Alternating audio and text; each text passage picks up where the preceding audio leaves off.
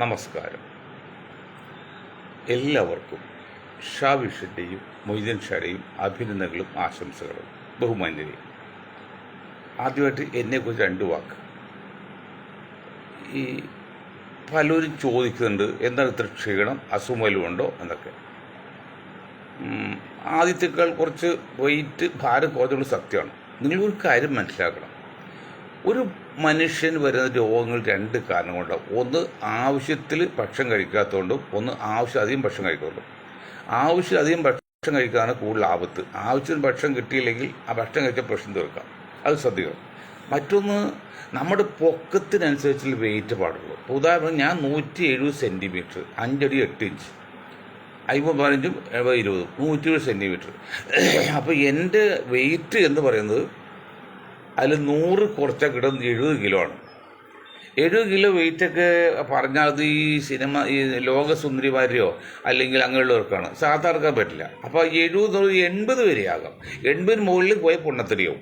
അപ്പോൾ എൻ്റെ എല്ലാം 81 വരെ ഉണ്ടായതാണ്. ഇപ്പോൾ ഞാനത് 78 77 നിർത്തണം. അത് കുറച്ചുകൂടി ശ്രദ്ധിച്ചും ഭക്ഷണം നിയന്ത്രിച്ചും വ്യായാമം ചെയ്തൊക്കെയാണ്. ഒരു കാരണവശാലും പ്രത്യേകിച്ച് ഈ പ്രായത്തിൽ ഒരു 60 കഴിഞ്ഞ പിന്നെ ഭാരം ഒട്ടും കൂടരുത്, വയറ് ചാടരുത്. വയറ് ചാടിക്കഴിഞ്ഞാൽ ആണായാലും പെണ്ണായാലും പ്രത്യേകിച്ചും അവൻ്റെ എല്ലാ അന്തസ്സും പോയി, പോയി, രോഗിയായി അവൻ. അപ്പം അതുകൊണ്ടൊക്കെ ഒരുവിധം ഭക്ഷണം നിയന്ത്രിച്ച് അത്യാവശ്യം മുന്നോട്ട് പോകുന്നതുകൊണ്ടാണ് നമ്മൾ ഇത്തരം ക്ഷീണം തോന്നുന്നത്. അല്ലാതെ വേറെ മറ്റു അസുഖമൊന്നും പടച്ചനക്കും നിങ്ങളുടെ സഹായമായിട്ടൊന്നും ഉണ്ടായിട്ടില്ല, അത് പറയുന്നുള്ളൂ. അപ്പോൾ മിതമായി ചിന്തിക്കുക, ചെയ്യാം. മറ്റൊന്ന്, പല സംഭവങ്ങൾ ലോകത്തുണ്ടായിട്ടെങ്കിൽ ഞാൻ പ്രധാനമായിട്ട് കാണുന്ന ഒരു സംഭവം, ഉക്രൈനിലെ യുവതികളെ വിവാഹം കഴിക്കുന്നതിന് മലയാളികളായ യുവാക്കൾക്ക് അനുവാദം കൊടുത്തുള്ള റോമിൽ വെച്ച് കൂടിയ സഭയുടെ തീരുമാനമാണ്.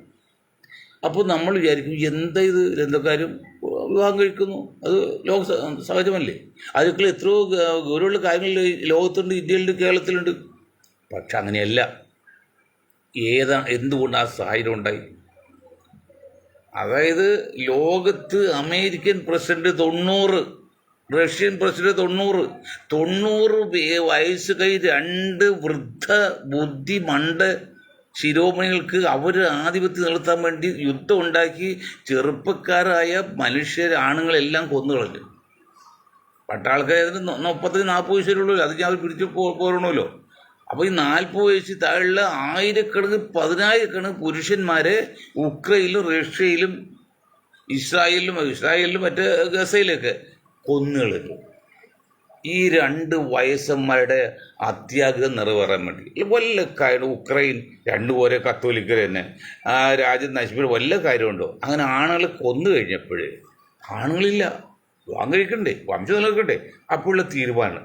ഇത് ഇവിടെ കൊണ്ടല്ല ആരംഭം. ഇത് മുമ്പ് 2ാം ലോക മഹായുദ്ധത്തിന് ശേഷം ജപ്പാനിൽ ഇതുപോലെ ആണുങ്ങൾ ബോംബിട്ട് കൊന്നല്ലോ. കണ്ടവൻ ആണുങ്ങൾ കൊന്നു കഴിഞ്ഞ് ബോംബിട്ടില്ല, എല്ലാം ചാവും, പക്ഷെ യുദ്ധത്തിൽ ആണുങ്ങൾ മരിച്ചു. അപ്പോൾ ഈ ജപ്പാനിൽ യുദ്ധത്തിൽ തോൽക്കാൻ കാരണം ജപ്പാനിലെ പട്ടാളക്കാർക്ക് പൊക്കം കുറവാണ് മൊത്തത്തിൽ അന്ധകാലത്ത്. അതും പല കാര്യങ്ങൾ, ഒരു കാരണം അതായിരുന്നു. അതിന് പരിഹാരമായിട്ട് ജപ്പാനിലെ അധികാരികൾ 10-16 വയസ്സ് കഴിഞ്ഞ പെൺകുട്ടികളെ പൂക്കൾ വിൽക്കാൻ വേണ്ടി കപ്പലിലേക്ക് വിടും. അപ്പോൾ 5, 6, 7 മാസം കഴിഞ്ഞാണ് കപ്പൽ അടുക്കുന്നത്. അതുവരെ സ്ത്രീകളെ ശബ്ദം പോലും കേൾക്കാതെ ഇരിക്കുന്ന പുരുഷന്മാർക്ക് ആവേശം കൂടും, അറിയാലോ, സ്വാഭാവികം. അപ്പോൾ ഇങ്ങനെ വന്ന പൂക്കളെ വിൽക്കാണ്ടി പെൺകുട്ടികളെ ആ കപ്പലിൽ വിട്ടു കഴിഞ്ഞാൽ അവിടെ വെച്ച് അവർ ഇടപഴകി ആ കുട്ടി ഗർഭം ധരിച്ചാൽ സർവ്വ ചെലവും ആ കുട്ടിയുടെയും ആ അമ്മയുടെയും എല്ലാം സർക്കാർ നോക്കും. അങ്ങനെയാണ് പൊക്കമുള്ള തലമുറയെ വാർത്തകൾ പറയുന്നത്. അതൊരു കാര്യം. അപ്പോൾ ഈ യുദ്ധം കൊണ്ട് നാം ഒന്നും നേടുന്നില്ലെന്ന് മാത്രമല്ല, ഒരുപടി കാര്യങ്ങൾ നഷ്ടപ്പെടുത്തി ചെയ്തത്. അപ്പോൾ അതുകൊണ്ട് നിങ്ങളെല്ലാം ബുദ്ധിയുള്ള നിങ്ങൾ ചിന്തിക്കണം. പരമാവധി നാട്ടിലായാലും വിദേശത്തായാലും യുദ്ധം ഒന്നിനും പരിഹാരമല്ല, ആത്മഹത്യ ഒന്നിനും പരിഹാരമല്ല, സമാധാന മാർഗമാണ് വേണ്ടത്. സർവ്വസ്നേഹി കൂടിയായ മൊയ്തീൻ ഷാ നിങ്ങളോട് വിനീതമായി അഭ്യർത്ഥിക്കുകയാണ്. മറ്റൊന്ന്, ഇപ്പോൾ തൃശ്ശൂർ മുരളീധരൻ നിർത്തിയിട്ട് എന്ത് ചെയ്തു? അനിൽ അക്കരയും ജോസ് വള്ളവറ്റും പ്രതാപനും കൂടി ഇദ്ദേഹത്തെ ജയിപ്പിക്കാൻ സഹായിച്ചില്ലെന്ന് മാത്രം തോൽക്കാനുള്ള സാഹചര്യം ഉണ്ടാക്കിയുള്ള ഒരാൾ ഒരു അന്വേഷണ കമ്മീഷൻ പറയുന്നത്. ഇത് അവിടെ എന്തൊക്കെയോ ഒരു മിസ്റ്റേക്ക് സംഭവിച്ചു. എങ്ങനെയാണ് പിന്നെ ഈ കോൺഗ്രസ് നിൽക്കുക? അവിടെ നിന്നിട്ട് സാധാരണഗതിയിൽ കോൺഗ്രസിൽ നിന്ന് മാറിയാൽ കമ്മ്യൂണിസ്റ്റിലേക്ക് അനുഭവം കാണാം. ഇത് കോൺഗ്രസിനേക്കാൾ ഘടകവിരുദ്ധമായ ഒരു പ്രസ്ഥാനത്തിന് വേണ്ടി സപ്പോർട്ട് ചെയ്ത് പറഞ്ഞത്. അതിപ്പോഴും ആൾ തന്നെ ജില്ലാ പ്രസിഡന്റ് ആക്കാനുള്ള ശ്രമമാണ്. അവരെ ആക്കാൻ പറ്റും. പല ജില്ലകളിലും പ്രസിഡന്റുമാർ വഹിക്കാൻ പറ്റാത്തത് ഈ ഗ്രൂപ്പുകളുടെ ആഗ്രഹം നിറവേറാൻ വേണ്ടി പറ്റാത്തവർ വഹിക്കും. അത് സമ്മതിക്കില്ല. എന്താ വേണ്ട? അതൊക്കെ ശരിയാണോ? പ്രതാപം, ജോസ് വള്ളൂരാൻ, അനിൽ അക്കരെ, നിങ്ങൾക്ക് വലിയ പ്രസ് വിജയതാണല്ലോ. കുതികാൽ വിട്ട് എന്ന് പറഞ്ഞാൽ കാല് വാര എന്നുള്ളത് അത് വഞ്ചനയല്ലേ? വഞ്ചനയുടെ പര്യായമല്ലേ? ഒരു മനുഷ്യ പറ്റിയാണോ വഞ്ചന? ഏറ്റവും വലിയ കാപട്യം വഞ്ചനയിലെ ഏറ്റവും വലിയ തെറ്റ്. അത് തെറ്റും കുറ്റവും മാത്രമല്ല, അത് വഞ്ചന തന്നെ. അതാണ് പേരിനെ വഞ്ചാവുന്നത്. ശരിയാണോ കോൺഗ്രസ് നേതാക്കളെ? ഇതിവിടെ മാത്രമല്ല, പല സ്ഥലത്തും ഉണ്ട്. തെറ്റല്ലേ? പിന്നെ കോൺഗ്രസ് നേതാക്കളുടെ ഒറ്റ കാര്യം ഞാൻ പറഞ്ഞത്, ഇപ്പോൾ വീണ്ടും പറയാണ്, ഷാഫി പറമ്പിൽ ഇപ്പോൾ സർവതന്ത്ര സ്വതന്ത്രനായിട്ട് പേരും പെരുമയും ആൾക്കൂട്ടം ഒക്കെ ആയിട്ട് നടക്കുകയാണ്. നല്ലത് തന്നെ, അതിൽ സംശയമില്ല. പക്ഷെ ഷാഫി ഒരു കാര്യം കേരളത്തിലെ മുസ്ലിങ്ങളോട് പ്രത്യേകിച്ചും കോൺഗ്രസ്സുകാരോടും പറയണം. എന്ത്? ഞാൻ ഇവിടുന്ന് ജയിച്ചു പോയത് മുസ്ലിം കോട്ടയിൽ സ്ഥാനം കിട്ടിയാണ്. അറിയാമല്ലോ, 20 സീറ്റ് പോലെ ഒരു സീറ്റ് കിട്ടിയാണ്. ആ സീറ്റിൽ കിട്ടി എങ്ങനെയോ ജയിച്ചു പോയി പാർലമെന്റ് ചെന്നപ്പോഴേ നിങ്ങൾ ദൃഢപ്രതിജ്ഞ ചെയ്ത്, സത്യപ്രതിജ്ഞ, ദൃഢപ്രതിജ്ഞ. അത് ഞാൻ അന്ന് ചോദിച്ചിട്ടുണ്ട്. അത് കമ്മ്യൂണിസ്റ്റ് പാർട്ടിയിൽ നിന്ന് ജയിച്ചു വന്ന നമ്മുടെ ആരോഗ്യമന്ത്രി അവർ പോലും ബൈബിൾ വിളിച്ചാണ് സത്യപ്രതിജ്ഞ. ഈ കോൺഗ്രസ് നിന്നിട്ട് അല്ല, കമ്മ്യൂണിസ്റ്റ് പാർട്ടി നിന്നിട്ടുണ്ട്. ഇത് കോൺഗ്രസ് നിന്നിട്ട് ഷാഫി പറമ്പിൽ നിങ്ങൾ എന്ത് ഉദ്ദേശമാണ്? നിങ്ങൾ അതിൽ തട്ടിപ്പ് എന്താ കാണുന്നത്? അല്ലെങ്കിൽ എന്താണ് വഞ്ചന കാണിക്കുന്നത്? അല്ലെങ്കിൽ എന്താണ് നിങ്ങളുടെ അത് നേട്ടം? അത് നിങ്ങൾ ജനങ്ങളോട് പറയണം. പ്രത്യേകിച്ച് മുസ്ലിം സമുദായത്തിൽ പറയണം. ഇല്ലെങ്കിൽ ഈ വിഷയം വെറുതെ വിടില്ല. ഇവിടെ മുസ്ലിം ലീഗൊന്നും മിണ്ടില്ല. അവർക്കൊന്നും മിണ്ടാനുള്ള യാതൊരു വോയിസിലായി കളഞ്ഞത്. അവർ നിലനിന്നപ്പോൾ അപകടത്തിലാണ്. അപ്പോൾ ഷാഫി പറമ്പിൽ പറയുന്നത്, നിങ്ങൾ ഇതിന് മറുപടി വ്യക്തമായിട്ട് പറഞ്ഞില്ലെങ്കിൽ ഞങ്ങൾ അടുത്ത് തന്നെ പത്രസമ്മേളനം നടത്തി ജനങ്ങൾ മുമ്പിലേക്ക് ഇറങ്ങും. അത് ചെയ്യാൻ നിങ്ങൾ എത്രയും പെട്ടെന്ന് ഇതറിയുന്ന കോൺഗ്രസ് ആരെങ്കിലും ഉണ്ടെങ്കിൽ, UDF ആരെങ്കിലും ഉണ്ടെങ്കിൽ നിങ്ങൾ ഇതിൻ്റെ സത്യാവസ്ഥ പറയും. എന്തുകൊണ്ടാണ് ഞാൻ ഇന്ന കാര്യം തെറ്റ് ചെയ്തു പോയി എന്ന് പറയാൻ കുഴപ്പമില്ല. ഇന്ന കാര്യം കൊണ്ടാണ് ഞാൻ ദൃഢപ്രതിജ്ഞ ചെയ്തത് പറഞ്ഞു. മുഹമ്മദ് ഷാഫി പറമ്പിൽ എന്ന് പറഞ്ഞാൽ മുസ്ലിം ആണോ? നിങ്ങൾ മുസ്ലിം അല്ലെങ്കിൽ നിങ്ങൾ മുസ്ലിം കോട്ടയിൽ നിങ്ങൾക്ക് എങ്ങനെ സീറ്റ് കിട്ടി? ഇതൊക്കെ മനസ്സിലാക്കുന്നത് പറയാൻ കാരണം നിങ്ങൾ മനസ്സിലാക്കുന്ന UDF പ്രത്യേകിച്ച്. ഇപ്പോൾ എന്നറിയോ, വയനാട് മുസ്ലിങ്ങൾക്ക് ഈ എല്ലാവർക്കും തുല്യ നീതി വേണപ്പോൾ അതേ പറഞ്ഞത്. മുസ്ലിങ്ങൾക്ക് കിട്ടേണ്ട സീറ്റ് വയനാട് കളഞ്ഞ്, പാലക്കാട് കളഞ്ഞ്, പിന്നെ ഇപ്പോൾ നിലമ്പൂർ കളയാൻ ശ്രമിക്കുന്നു. പിന്നെ നമ്മുടെ പിഷാരടിയെ തൃപ്പൂർ നിർത്താൻ പോകുന്നു. പിഷാരടിയല്ല, മറ്റേ അഭിഷാരടിയെ, മറ്റേ വാര്യര് തൃശ്ശൂർ നിർത്താൻ പോകുന്നു. ഇതൊക്കെ നല്ലത് തന്നെ. ഇതൊക്കെ ചെയ്ത് പെറുക്കി കൂടി നിങ്ങൾ സെലക്ട് ചെയ്ത് കഴിഞ്ഞാൽ 20 കോൺഗ്രസ് ചിഹ്നത്തിൽ 19 കഴിഞ്ഞ് 20ാമത്തെ സ്ഥാനം വന്നപ്പോഴാണ് നിങ്ങൾ മുസ്ലിങ്ങൾ കഴിഞ്ഞ് നിൽക്കുന്നത്. നെറികെട്ടവരെ കോൺഗ്രസ് വന്നത്, UDF വന്നത്. നിങ്ങളെന്താണ് 4-1, 5-1, 3-1 ഒരു സമുദായത്തെ ചിന്തിക്കുമ്പോൾ നിങ്ങൾ അവസാനം മാത്രം ചിന്തിക്കുന്നത്? അതെന്ത് നീതിയാണെന്ന് ചോദിക്കുന്നത്? നീതി എല്ലാവർക്കുമാണ് പറഞ്ഞത്, അല്ല ഒരാൾക്ക് മാത്രമല്ല. അതെന്ത് 20ാമത്തെ ചാൻസ് വരുമ്പോൾ അവസാനം പൊട്ടുമൂല ഉണ്ടോന്ന് ഇല്ല. അപ്പോൾ ഒരു അഡ്ജസ്റ്റ് തള്ളിക്കയറ്റില് തിരികെ കയറ്റം അറിയും. അല്ലെങ്കിൽ പണ്ട് വിസയിലൊക്കെ അല്ലെങ്കിൽ തള്ളിക്കയറ്റം പറയുമ്പോലെ അതൊന്നും വേണ്ട. നിങ്ങളെ ജനസംഖ്യക്ക് ആനുപാതികമായിട്ട് എല്ലാ സമുദായങ്ങൾക്കും വീതിച്ചു കൊടുത്താൽ ഒരു കുഴപ്പമില്ല. അപ്പോൾ ഷാഫിയെ പോലെ പിന്നെ നല്ല പിള്ള ചമയുന്നതുകൊണ്ട് ഈ സമുദായത്തെ വഞ്ചിക്കരുത്. നിങ്ങൾ വ്യക്തമായിട്ട് പറയണം. വലിയ 10 സെവൻ നടത്തി അടുത്തതിന് പറയും ഇലക്ഷൻ വരാൻ പോകുന്നത്, പഞ്ചായത്ത് ഇലക്ഷൻ. അങ്ങനെ ചെയ്താൽ പറ്റില്ലല്ലോ. ആര് കാര്യം വെള്ളക്കഥ. പിന്നെ ഇന്ന് ഇപ്പോൾ വെള്ളാപ്പള്ളി നടേശൻ ഒരു കാര്യം പറഞ്ഞു. വെള്ളാപ്പള്ളി നടേശൻ പറഞ്ഞെന്നറിയോ, മുസ്ലിങ്ങൾക്ക് LDF വാരി കൊടുക്കുന്നു, എല്ലാം കൊടുക്കുന്നു, ഞങ്ങൾക്കൊന്നും തരുന്നില്ല. കോൺഗ്രസ് പൊതുവെ ഈഴവരെ ഒഴിവാക്കിയിരിക്കുകയാണ്. അതിൽ ഒരു സത്യം കൊണ്ടുവരും. എൻ്റെ വെള്ളാപ്പള്ളി നടേശൻജി, നിങ്ങൾക്ക് ഉപദേശിക്കാൻ മാത്രം വലിപ്പമില്ലെന്ന് അറിയാതെ തന്നെ നിങ്ങൾ ഉപദേശിച്ചിട്ട് കാലത്ത് 10-90 വയസ്സിൽ എന്ത് ഉപദേശിക്കാനാണ്? എന്നാൽ ഞാൻ ചെറിയ ഉദാഹരണം പറഞ്ഞുതരാം. മുസ്ലിം ലീഗിനെ കുറിച്ച് തന്നെ പറയാം. ഈ അഹമ്മദ് സാഹിബ് മരിച്ചുപോയില്ലോ. ഈ അഹമ്മദ് സാഹിബ് VP സിംഗ് പ്രധാനമന്ത്രി ആയപ്പോൾ, ഞങ്ങൾ നേതാവായിരുന്നു ആയപ്പോൾ, ഈ ഓൾ ഇന്ത്യ റേഡിയോയിൽ ഖുർആൻ പാരായണം വൈകിട്ടായിരുന്നു 6 മണിക്കാണ്. അത് പറഞ്ഞ് അത് രാവിലെ ആക്കി. എന്നിട്ട് മുസ്ലിം ലീഗുകാരും ഈ അഹമ്മദ് പറഞ്ഞറിയോ കേട്ടോ, വൈകിട്ട് ഓതിയ ഖുർആൻ ഞങ്ങൾ പറഞ്ഞതിൻ്റെ ഫലമായിട്ട് ലീഗുകാർ ഇടപെട്ട് പോയിട്ട് അത് രാവിലെ ആക്കി. മനുഷ്യത്വം അറിയിക്കാത്ത മൃഗങ്ങളെ കോമഡി പറയുന്നത്. ഈ വൈകിട്ട് ഓതിയ ഖുർആൻ രാവിലെ ആക്കിക്കൊണ്ട് ഈ സമുദായത്തിന് എന്ത് നേട്ടം? ഈ സമുദായത്തിന് എന്താ കിട്ടിയത്? അതുപോലെയല്ല ഈ കമ്മ്യൂണിസ്റ്റ് പാർട്ടി മുസ്ലിങ്ങളെ സഹായിച്ചതുകൊണ്ട് വെള്ളപ്പള്ളി എന്താണ് പലസ്തീനു വേണ്ടി വാദിക്കുന്നു. അത് കേരളത്തിലെ മുസ്ലിങ്ങൾക്ക് എന്ത് നേട്ടം?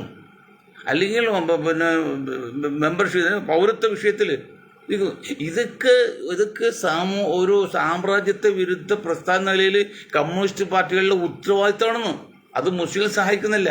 പക്ഷെ അത് അവർ വോട്ട് കിട്ടാൻ വേണ്ടി മുസ്ലിങ്ങളെ പ്രീണിപ്പിക്കുന്നതായിട്ട് ചിത്രീകരിച്ചതിൻ്റെ ദൂഷ്യഫലമാണ് വെള്ളാപ്പൂലുള്ളവർക്കും മറ്റ് മുസ്ലിങ്ങൾക്കും ഇങ്ങനെ തെറ്റിദ്ധാര വരാൻ കാരണം. നിങ്ങൾക്ക് ആലപ്പുഴ നാസർ അറിയൂ? ആരാന്ന് നാസർ? വെള്ളാപ്പള്ളി നിങ്ങളുടെ ആൾ ഈഴവനാണ്. പറയുമെന്താണ് നാസർ എല്ലാ അഴിമതി കോടികൾ ഉണ്ടാക്കി പറയും. അപ്പോൾ ഈ സമുദായം അറിയുന്ന പോലുമില്ല. എന്നാൽ ശരിയായിരിക്കും നിങ്ങൾക്ക്. എന്നാൽ അത് ആരാണ് നാസർ? ഈഴവനാണോ? ഇപ്പം ജോയി ഉണ്ട് വർക്കല ആറ്റിക്കലിൽ. ജോയി ആരാണ്? ഈഴവനാണ്.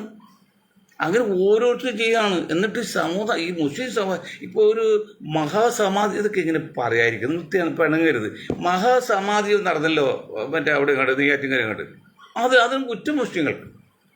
ഇപ്പോൾ ഇവിടെ ഉണ്ട് എന്താണ് പറയുന്നത്, പിന്നെ കുംഭമേള, അതിൽ മുസ്ലിങ്ങളുടെ പേരിലാണ് വന്നിരിക്കുന്നത്. സത്യത്തിൽ അതിൽ ഏതെങ്കിലും മുസ്ലിം എന്തെങ്കിലും മോശം ചെയ്തിട്ടുണ്ടെങ്കിൽ അവരെല്ലാം തൂക്കിക്കൊല്ല മാത്രമല്ല എന്ത് ചെയ്താലും ഞങ്ങൾക്ക് യാതൊരു പരാതിയില്ല. ഒരിക്കലും ഞങ്ങൾക്ക് ചെയ്യാൻ പാടില്ല. ചെയ്തിട്ടുണ്ടെങ്കിൽ പക്ഷെ ആരോപണമായിരിക്കരുത്. ചെയ്തത് വ്യക്ത തെളിവ് വേണം. ഈ ആരോപണത്തിൽ കാര്യം പറഞ്ഞ ഒരു കാര്യം പറയേണ്ടി വരും. അത് ഒന്ന് സ്കൂളിൽ ഒരു കുട്ടി 15 വയസ്സായ ഒരു കുട്ടി ഇങ്ങനെ ആത്മഹത്യ മരിച്ചല്ലോ.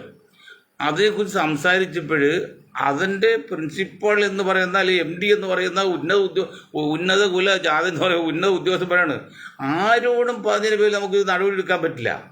ഏടോ പ്രിൻസിപ്പളെ, ഞാനും ബേസിക്കലി അധ്യാപകൻ തന്നെയാണ്. എടോ പ്രിൻസിപ്പളെ, ഞാൻ ഇവിടെ പോലീസ് ഒരു പരാതിയായിട്ട് വന്നാൽ അത് കോടതി തെളിയിക്കട്ടെ എന്നിട്ട് അറസ്റ്റ് ചെയ്യാൻ പറ്റുള്ളൂ എന്ന് പറഞ്ഞാൽ നിയമം അതാണോ ശരി? അത് സസ്പെൻഡ് ചെയ്ത് നിർത്തും, അയാളെ പെൻഡിൽ നിർത്തും, ശിക്ഷ കൊടുക്കുകയല്ല, കോടതി പിടിച്ചിട്ട് മതി. അപ്പം അങ്ങനെ ഒരു കുട്ടിയുടെ പേരിൽ ആരോടും വന്നിട്ട് ആ കുട്ടിയെ സസ്പെൻഡ് നിർത്തണം, പിരിച്ചുവിടാനല്ല വേണ്ട, അല്ലെങ്കിൽ ജയിലകത്ത് വിടാനല്ല വേണ്ടേ. എന്നിട്ട് ആ കേസ് അന്വേഷിക്കുന്നവരും ആ കുട്ടി സസ്പെൻഡ് നിൽക്കണം. അത് പറയുമോ? അങ്ങനെ ആരോടും വന്ന പേരിലും സസ്പെൻഡ് ചെയ്യാൻ പറ്റില്ല എന്നാണ് ഈ മഹാമാന്യം പറഞ്ഞത്. ഇവനൊക്കെ മുട്ടുകാരി തല്ലി ഓടിക്കണ്ടേ? ഞങ്ങൾ പറയുന്ന ഭാഷ കർഷകൻ മുട്ടുകാരി ഇതുപോലെ വൃത്തിയോട് പറയുന്നത് അറിയില്ല. അഹങ്കാരം, പണത്തിന് അഹങ്കാരം, അതൊന്നും വേണ്ടെന്നേ. നിങ്ങൾ മാന്യമായി പ്രവർത്തിക്കുക. അതുപോലെ ആരോപണം വന്നാൽ പോരാ, വ്യക്തമായിട്ട് കണ്ടുപിടിച്ചിട്ട് അവർ ഏതെങ്കിലും ഒരു മുസ്ലിം നാമധാരി പോലും മുസ്ലിം നാമധാരി ആണെങ്കിൽ പോലും അതിന് ബുദ്ധിമുട്ടാക്കിയിട്ടുണ്ടെങ്കിൽ അവരെ എന്ത് ശിക്ഷ ചെയ്താലും ഞങ്ങൾക്ക് യാതൊരു പരാതിയില്ലെന്ന് മാത്രമല്ല, അവരെയൊക്കെ കർശനമായി ശിക്ഷ കൊടുക്കണം. യാതൊരു ദാക്ഷ്യം കൊടുക്കരുത്. കൊന്നാൽ പോലും തീരില്ല, കൊന്നാൽ പോലും പക്ഷം തീർന്ന് എല്ലാതും ചെയ്യണം. അതാണ് സംഗതി. അപ്പം അങ്ങനെ വരുമ്പോൾ വെള്ളാപ്പള്ളി ഈ സമുദായത്തിന് എന്താ കൊടുത്തിരിക്കുന്നത് ഇതൊന്നും മനസ്സിലാക്കുക. ഈ വെള്ളിയാഴ്ച വൈകിട്ട് ഓതിയ ഖുർആൻ പാരായണം രാവിലെ ആക്കിക്കൊണ്ട് മുസ്ലിം ലീഗുകാർ പറഞ്ഞതുപോലെ എന്ത് സമൂഹം നേട്ടം അതുകൊണ്ട്? അതുപോലെ എന്താ ഉള്ളത്? എന്താ ചെയ്തിരിക്കുന്നത് ഈ സമുദായത്തിന്? യോങ്ങാരിക്കോരി കൊടുക്കുന്ന വെള്ളാപ്പള്ളി നാഴികക്ക് 40 വട്ടം പറയുന്നുണ്ട്. ഇന്നും പറഞ്ഞു വെള്ളാപ്പള്ളിയുടെ മകനുള്ള തുഷാർ വെള്ളാപ്പള്ളി. ഞങ്ങൾ വ്യക്തമായിട്ട് പറയുന്നത്, തുഷാർ വെള്ളാപ്പള്ളി പാർട്ടി ഉപയോഗിച്ചപ്പോൾ ആ പാർട്ടിയെ നിങ്ങൾ LDFിലെ UDFിൽ എടുക്കുന്നത് തന്നെയാണ് ഞങ്ങൾ പറഞ്ഞത്.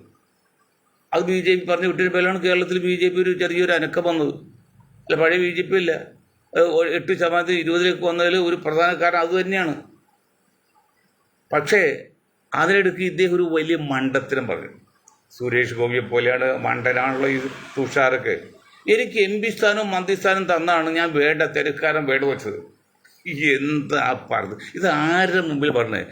ഞങ്ങളെപ്പോലെ മനഃശാസ്ത്രം കരിച്ച് കുടിക്കിയ ഗ്രൂപ്പിൻ്റെ മുമ്പിലേക്ക് പറയാണ് എനിക്ക് MP സ്ഥാനവും മന്ത്രി സ്ഥാനവും എന്ന് വാക്ക് തന്നാണ് ഞാൻ തിരക്കാരന് വേണ്ട വെച്ചത്. എടോ, രാഷ്ട്രീയത്തിൽ മന്ത്രിയായി അതിനേക്കാൾ വലിയ എന്ത് തിരക്കടുള്ളത്? അതോ നിങ്ങളൊന്നും രാഷ്ട്രീയക്കാൻ അർഹതല്ല, രാഷ്ട്രീയ നേതാവാകാൻ യാതൊരു യോഗ്യതയില്ല. പണത്തിന് മുമ്പുകൊണ്ടും ചില സംഘടിത ശക്തികളുകൊണ്ടും പിന്നെ മറ്റ് സംഘപരിവാറിൻ്റെ ഭീഷണിപ്പെടുത്തിക്കൊണ്ടും നിങ്ങൾ പാർട്ടി ഉണ്ടാക്കി. ആ പേര് നിങ്ങൾക്ക് കിട്ടുമോ? നിങ്ങൾക്ക് അങ്ങനെ ഒരു പാർട്ടി ഉണ്ടാക്കണം. ഈ SRP ഇല്ലേ, എന്താണ് സോഷ്യലിസ്റ്റ് റിപ്പബ്ലിക്കൻ പാർട്ടി, 2 മന്ത്രിമാരൊക്കെ ഉണ്ടായി, 4 MLA പാർട്ടി, നീലൊരു പാർട്ടി, രജിസ്റ്റേർഡ് പാർട്ടിയിലെ ആ പാർട്ടി മുന്നോട്ട് പോയപ്പോയിരുന്നോ? അപ്പോൾ ഒരു ദേശീയ ലെവലിൽ ഉണ്ടാക്കിയിട്ട് ദേശീയ പ്രസിഡന്റ് ആക്കി. ഇതെന്തായി പഞ്ചായത്ത് മെമ്പറായോ? എന്നിട്ട് ആ മഹാൻ പറയാണ് എനിക്ക് കേന്ദ്ര ഗവൺമെൻറ് MP സ്ഥാനവും മന്ത്രിസ്ഥാനം തന്നാണ് ഞാൻ തെരുക്കാരനെ ഏൽക്കാത്തതാണെന്ന്. കല്യാണ തെരുക്കാരൻ താലി കിട്ടാൻ മറന്നുപോയി എന്ന് പറയും പോലെ പോലെയല്ലോ ഒരു രാഷ്ട്രീയക്കാരനെ സംബന്ധിച്ച് അവന് MP ആകുക MLA ആകുക അവൻ്റെ ലക്ഷ്യമാണ്, ഭരണത്തുകൊണ്ട് കയറാവുന്ന ലക്ഷ്യമാണ്. പക്ഷെ സാധാരണഗതിയിൽ മെയിൻ ലക്ഷ്യം ഭരണമല്ല, അധികാരമല്ല. ലക്ഷ്യത്തിലേക്ക് എത്താനുള്ള മാർഗങ്ങൾ ഒന്ന് മാത്രമാണ് അധികാരം. അത് ഞങ്ങളെപ്പോലെ പാർട്ടി, ഞങ്ങൾക്ക് മെയിൻ ലക്ഷ്യം അധികാരമല്ല. ഞങ്ങൾക്ക് ചില ലക്ഷ്യങ്ങളുണ്ട്, അത് അതിലുള്ള വഴി മാത്രമേ ഉള്ളൂ. പക്ഷേ ഇവർക്ക് പണം അധികാരം മാത്രമാണ്, വേറെ ഒരു ലക്ഷ്യമില്ല. ഓക്കെ, സമ്മതിച്ചു, അത് കുഴപ്പമൊന്നും പറയാൻ പറ്റില്ല.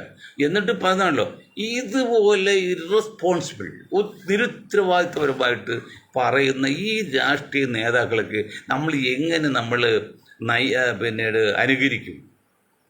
എങ്ങനെ അനുകരിക്കും? എങ്കിൽ പോലും ഞങ്ങൾ ഇന്നലെ പറഞ്ഞവരാണ് വെള്ളപ്പള്ളിയുടെ പാർട്ടി മരുമോങ്ങാനുണ്ടാക്കിയ പാർട്ടി നിങ്ങൾ UDF-ൽ ചേർക്കണം, 4-5 സീറ്റ് കൊടുക്കണം, ഭരണം കിട്ടിയ ഒരു മന്ത്രിസ്ഥാനം കൊടുക്കും. അതൊന്നും കുഴപ്പമില്ല, തുഷാർ മന്ത്രി ആകട്ടെ. ഇവിടെ ആടുകൊണ്ടും ഒക്കെ മന്ത്രിയാകുന്നുണ്ട്, പിന്നെ എന്താ തുഷാർ മന്ത്രി ആകുന്നതിൻ്റെ കുഴപ്പം? അയാളൊരു ഭൂരിപക്ഷ സമുദായപ്പെട്ടല്ലേ, പിന്നൊക്കെ ഹിന്ദുവിൽപ്പെട്ടല്ലേ, നമ്മുടെ ഇന്ത്യക്കാരനല്ലേ, പിന്നെ എന്താ കുഴപ്പം?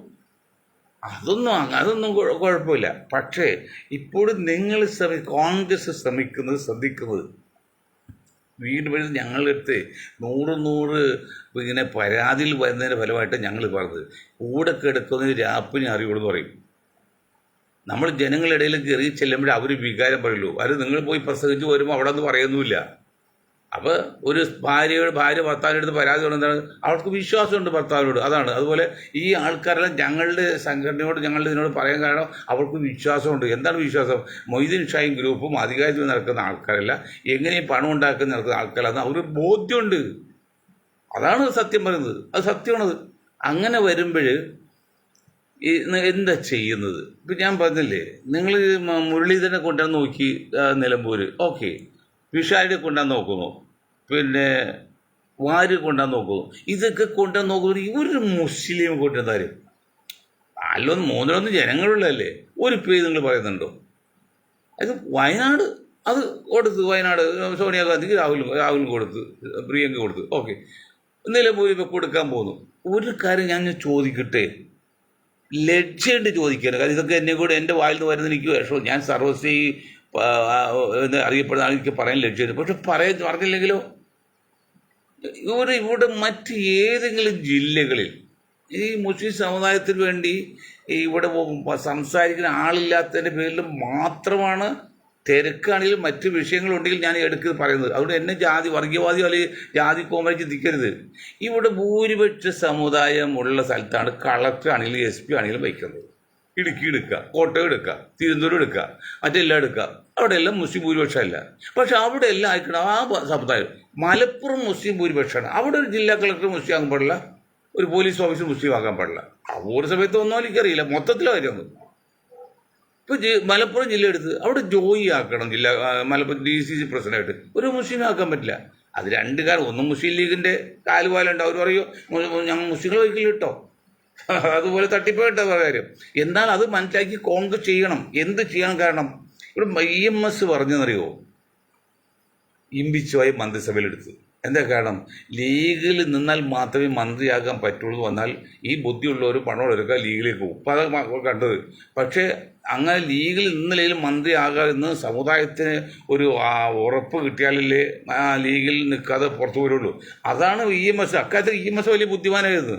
എന്താണ് ഇമ്പിച്ചുവാനാക്കി അതിനുശേഷമേ കോൺഗ്രസ് ഒരു മന്ത്രിയാക്കാൻ നോക്കിയത്, അതിന് ആക്കൂലായിരുന്നു.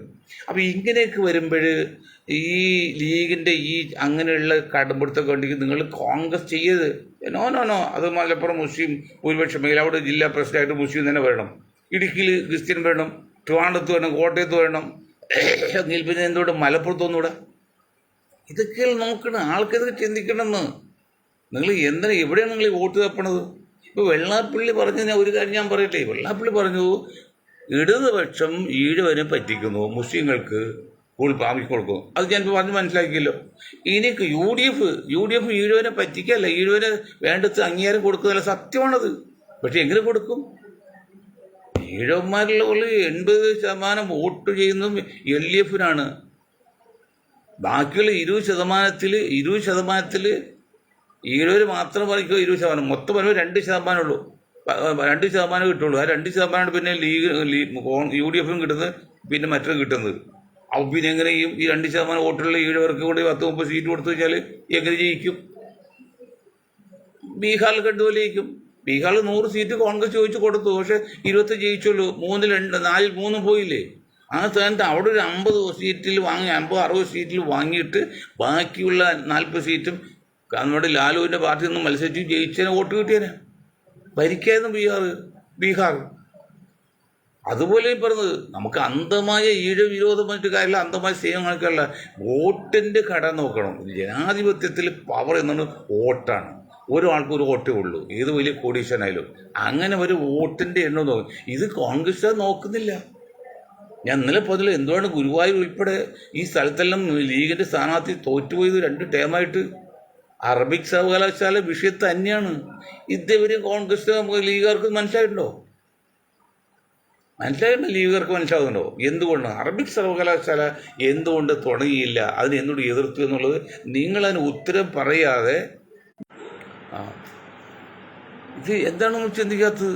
അതുപോലെ വേറൊരു സംഭവം, ഇപ്പോൾ കോൺഗ്രസിനെ കുറിച്ച് ഞാൻ പറയുന്നത്, മഹാരാഷ്ട്രയിൽ കോൺഗ്രസിൻ്റെ രാഷ്ട്രീയപരമായ പാപ്പരത്വം അല്ലെങ്കിൽ കഴിവിനെ കുറിച്ച് ഞാൻ പറഞ്ഞത്.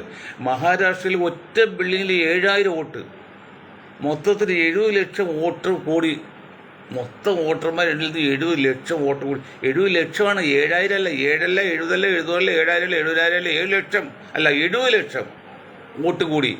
ഇതൊന്നും കണ്ടുപിടിക്കാൻ കോൺഗ്രസിൻ്റെ അവിടെ മുന്നണിക്ക് സാധിച്ചോ?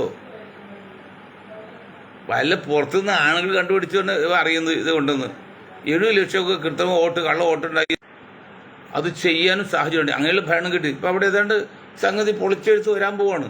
അപ്പോൾ ഈ തട്ടിപ്പും ചതിവും എല്ലാം മാറ്റി ജനങ്ങളുടെ ഇടയിലേക്ക് ഇറങ്ങി പ്രവർത്തിച്ച് നിങ്ങൾ വോട്ട് കൂടുതൽ വോട്ട് കിട്ടി. നിങ്ങൾ BJP ആണെങ്കിലും RSS ആണെങ്കിലും കോൺഗ്രസ് ഭരിക്കുക, നമുക്ക് സന്തോഷമുള്ളൂ. പക്ഷെ അത് ജനാധിപത്യ രീതി ആയിരിക്കണം, അത് തട്ടിപ്പ് രീതി ആയിരിക്കരുത്. ജയിക്കാൻ വേണ്ടി ചെയ്യരുത്. നിങ്ങൾ അതായത് പിന്നെ സ്പോർട്സ്മാൻഷിപ്പ് പറയും, നിങ്ങൾ നേർക്കൊരു ഫൈറ്റ് ചെയ്യേ, എന്നിട്ട് കൂടുതൽ വോട്ട് കിട്ടിയാൽ ഭരിക്കേ, അത് കുഴപ്പമില്ല. ഇത് തട്ടിപ്പല്ലേ? ഇപ്പം ഞാൻ പറഞ്ഞപ്പോൾ ഡൽഹി ഇലക്ഷനെ കുറിച്ച് ഞാൻ ഒന്നും പറയില്ല എന്ന് പറഞ്ഞു, കാരണം അതിൽ 8-ാം തീയതി കഴിയാതൊന്നും പറയില്ല. ഡൽഹി ഇലക്ഷനെ കുറിച്ച് അവിടെ എന്താ നടക്കുന്നതൊക്കെ നിങ്ങൾക്കറിയാമല്ലോ. അപ്പോൾ എല്ലാവരും ഒരു കോൺഗ്രസ് ജയിക്കുമെന്നൊക്കെയാണ്, ഭൂരിപക്ഷം കിട്ടി ജയിക്കുമെന്ന് പറയും ചിന്തിക്കുന്ന ആൾക്കാരുണ്ട്. ഇതിപ്പോൾ പല സർവേ നടത്തി അങ്ങനെ, പക്ഷെ അതെല്ലാം പോയില്ലേ. ഹരിയാനയിൽ, രാജസ്ഥാനിൽ, മധ്യപ്രദേശിൽ, പിന്നീട് ഈ മഹാരാഷ്ട്രയിൽ, ഇവിടെയൊക്കെ എന്ത് പറ്റി? കോൺഗ്രസ് ജയിക്കേണ്ടതല്ലേ? എല്ലാ സാഹചര്യം ഉണ്ടായില്ലേ? നിങ്ങൾ ഉറക്കം നോക്കിയിരുന്ന അന്ധമായ ഒരു ഉറപ്പ് കിട്ടി, അമിത വിശ്വാസം, അത് അപകടം ചെയ്യും. ഇപ്പം കേരളത്തിൽ സ്ഥിതിയാണ്. ഇപ്പം ലീഗുകാർക്കും UDF കോൺഗ്രസ് നേതാക്കൾക്കും ധാരണ എത്താണെങ്കിലും പിണറായി ജനങ്ങൾ വെറുക്കും. ഇല്ലടോ, അങ്ങനെയൊന്നും വന്നിട്ടില്ലെന്ന്. വരാൻ സാധ്യതയുണ്ട്. പക്ഷെ നിങ്ങൾ ശരിക്കും ചെയ്യണം. നിങ്ങൾ ചെയ്യേണ്ട ഇതാണ്, വോട്ടേഴ്സ് പേ ചേർക്കണം, വോട്ട് ചെയ്യിക്കണം. പിന്നെ ഈ ഞാൻ പറഞ്ഞില്ല, BJPയും കോൺഗ്രസും അല്ലാതെ BJPയും CPM വെച്ച് ബാക്കി എല്ലാവരും കൂടെ നിർത്തണം. അങ്ങനെ ചെയ്യുന്നുണ്ടോ? നിങ്ങൾ ഗ്രൂപ്പ് ഉണ്ടാക്കാൻ നോക്കല്ലേ?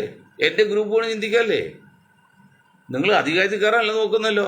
എൻ്റെ ഗ്രൂപ്പ് അതിൽ കോൺഗ്രസ് പാർട്ടിയുടെ DCC പ്രസിഡന്റ് നെറികെട്ടവരല്ലേ? സ്വന്തം സ്ഥാനാർത്ഥിയെ തോൽപ്പിക്കാൻ വേണ്ടി പ്രവർത്തിച്ച് പറയുമ്പോൾ അവർക്ക് വാസ്തവം പറഞ്ഞാൽ അവരൊക്കെയാണ് കാൽമുട്ടിൽ വിളിക്കേണ്ടത്. 10 കോൺഗ്രസ് ധീരന്മാരെ, കോൺഗ്രസ് നേതാക്കളെ, അണികളെ, നിങ്ങളുടെ നേതാക്കൾ തെറ്റിയാൽ നിങ്ങൾ ഒരു ഇരുട്ടടി അടിക്കണ്ടേ? അടിക്കണേ പരസ്യമായിട്ട് അടിക്കണം. അല്ലെങ്കിൽ മുരളീധരൻ നിർത്തിയിട്ട് കാല് വാരുകയുണ്ടോ? എത്ര കോടി ഇട്ടിട്ടാണെങ്കിലും അത് പ്രതാപനെ കുറിച്ച് അതായത് നമ്മൾ തെറ്റ് ചെയ്യുന്നില്ലെന്ന് മാത്രമല്ല, നമ്മൾ തെറ്റ് ചെയ്യുന്നില്ലെന്ന് മറ്റുള്ള ബോധ്യപ്പെടുത്തുകയാണ്. ആ പ്രതാപനുള്ള ചുമതല. പ്രതാപനെ കുറിച്ച് ഇങ്ങനെ ആരോപണം വരാൻ പാടില്ല. പ്രതാപൻ ചെയ്യുന്നു ഞാനിപ്പോഴും പറയുന്നില്ല, പക്ഷെ അങ്ങനെ ആരോപണം വരാൻ പാടില്ല. അതാ ദിലീപിൻ്റെ കേസ് ഞങ്ങൾ പറഞ്ഞത്. ദിലീപ് അങ്ങനെ ഒരു വൃത്തിയും ചെയ്തെന്ന് ഞങ്ങൾ പറയുന്നില്ല, പക്ഷെ അങ്ങനെ ദിലീപിൻ്റെ പേരിൽ ഒരു ആരോപണം വരാൻ പാടില്ല. ഈ ഗണേഷ് കുമാറിൻ്റെ പേരിൽ അങ്ങനെ ആരോപണം വരാൻ പാടില്ല. അതാണ് ചിന്തിക്കേണ്ടത്. അല്ല അങ്ങനെ അവർ തെറ്റ് ചെയ്തെന്നല്ല പറഞ്ഞത്. അതുപോലെ പ്രതാപൻ്റെ MP അല്ലേ, പ്രതാപൻ്റെ പേരിൽ അങ്ങനെ ഒരു ആരോപണം വരാൻ പാടില്ലായിരുന്നു. അതാണ് ശരി. അവർ ജോസ് വള്ളോറ്റ്, അനിലക്കരെ, നിങ്ങൾ കോൺഗ്രസിൽ ഉത്തരവാദിത്തപ്പെട്ട നേതാക്കൾ, നിങ്ങൾക്ക് നിങ്ങളെക്കുറിച്ച് അങ്ങനെ ഒരു ആരോപണം പബ്ലിക്കിൽ നിന്നോ പാർട്ടിയിൽ നിന്നോ വരാൻ പാടുണ്ടോ? നിങ്ങൾ ചെയ്തോ ഇല്ലെന്നുള്ളതല്ല. അത് ജോസഫിനായാലും മുൻ മന്ത്രി ജോസഫ് വിമാനത്തിൽ വെച്ച് കൈ നോക്കി വേറെ പെടേണ്ട എന്താ ചീച്ചി പിടിച്ചാൽ അപ്പം പിടിച്ചോ ഇല്ലെന്നുള്ളതല്ല സാർ ഞങ്ങളന്ന് പറഞ്ഞത്. അങ്ങനെ ഒരു ആരോപണം വരാൻ പാടില്ല. പിടിച്ചില്ല അത് സെക്കൻഡ് തിങ്കാണ്. ഫസ്റ്റ് തിങ്ക് അങ്ങനെ ആരോപണം വരാൻ പാടില്ല. അതുപോലെ ആയിരിക്കണം ഈ കോൺഗ്രസിലെ അല്ലെങ്കിൽ നേതാക്കളുടെ പേരിൽ അങ്ങനെ ആരോപണം വരാൻ പാടില്ല. അതാണ്. അതുകൊണ്ടാണ് നിങ്ങൾ വീണ്ടും കൗണ്ട് ഡൗൺ തുടങ്ങിയെന്ന് പറയേണ്ടി വരും. അത്ര അപകടത്തിലേക്ക് കാര്യങ്ങൾ പോകുന്നു. അത്ര അപകടത്തിലേക്കാണ്. ഒരു കാര്യം ചെയ്യുക, കോൺഗ്രസ് ഞാൻ വീണ്ടും പറയണം, നിങ്ങൾ കുറച്ചുകൂടി കാര്യങ്ങൾ മനസ്സിലാക്കി സത്യസന്ധമായിട്ടും ജനാധിപത്യ രീതിയിലും പ്രവർത്തിച്ച് മുന്നോട്ട് പോയി എങ്ങനെയെങ്കിലും കേരളത്തിൽ അടുത്ത പ്രാവശ്യം UDF അധികാരത്തിൽ കയറാൻ നോക്കുക. അതല്ലെങ്കിൽ UDF അധികാരത്തിൽ കയറിയില്ലെങ്കിൽ നിങ്ങൾക്ക് മഹാനഷ്ടം വരും. അതേ സ്ഥാനത്ത് LDF മൂന്നാം പ്രാവശ്യം കയറിയില്ല, അവർക്ക് ഒരു സീറ്റും പറ്റില്ല. അവർ എല്ലാം ശരിയാക്കി വെച്ചിട്ടുണ്ട്, ഇനി പേടിക്കാനില്ല. നിങ്ങളുടെ സ്ഥിതി അതല്ല. നിങ്ങൾ പരീക്ഷ എഴുതാത്ത കുട്ടിയാണ്. പരീക്ഷ എഴുതിയിരിക്കുകയാണ് LDF. ചിലപ്പോൾ ജയിക്കാം, ചിലപ്പോൾ തോൽക്കാം. പക്ഷെ നിങ്ങൾ പരീക്ഷ എഴുതിയിട്ടില്ല. പരീക്ഷ എഴുതിയാലേ ജയിക്കില്ല അറിയാൻ പറ്റുള്ളൂ. ആ ഒരു അവസരത്തിൽ നിന്ന് അല്ലെങ്കിൽ അവസ്ഥയിലേക്ക് തരം താഴ്ന്നു കിടക്കുന്ന കോൺഗ്രസ്സുകാരെ UDFകാരെ നിങ്ങൾ പറയുന്നത് ഒന്നുകൂടി ശ്രദ്ധിച്ച് മുന്നോട്ട് പോകും. നിങ്ങളെ ഗ്രൂപ്പീസൊക്കെ മാറ്റിവെച്ച് എങ്ങനെയെങ്കിലും 75 സീറ്റ് കിട്ടാൻ നോക്കുന്നത് വിജീതമായി അഭ്യർത്ഥിച്ചുകൊണ്ട് ഈ വയോവൃദ്ധൻ നിങ്ങൾക്ക് മുമ്പിൽ കേണപേക്ഷിക്കുകയാണ്. ഈ കേണപേക്ഷിക്കത്തിൽ ഞങ്ങൾക്ക് നേതാവാകാനോ നിങ്ങളുടെ ഭരണം കഴിഞ്ഞ് അധികാരം കിട്ടാനില്ല. പക്ഷേ ജനാധിപത്യ മൂല്യങ്ങൾക്ക് അല്ലെങ്കിൽ ഉടച്ചിൽ തെറ്റും.